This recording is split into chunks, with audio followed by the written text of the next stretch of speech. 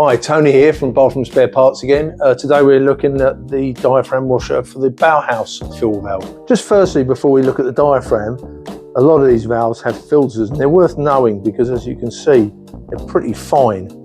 So, you know, you may think your valve's failed, but it could be just need cleaning the little filter out which pops in there. This one here, very straightforward. Undo.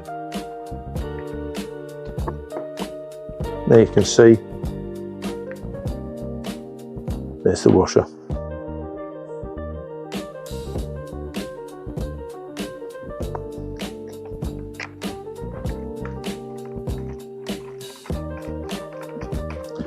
That's as simple as that.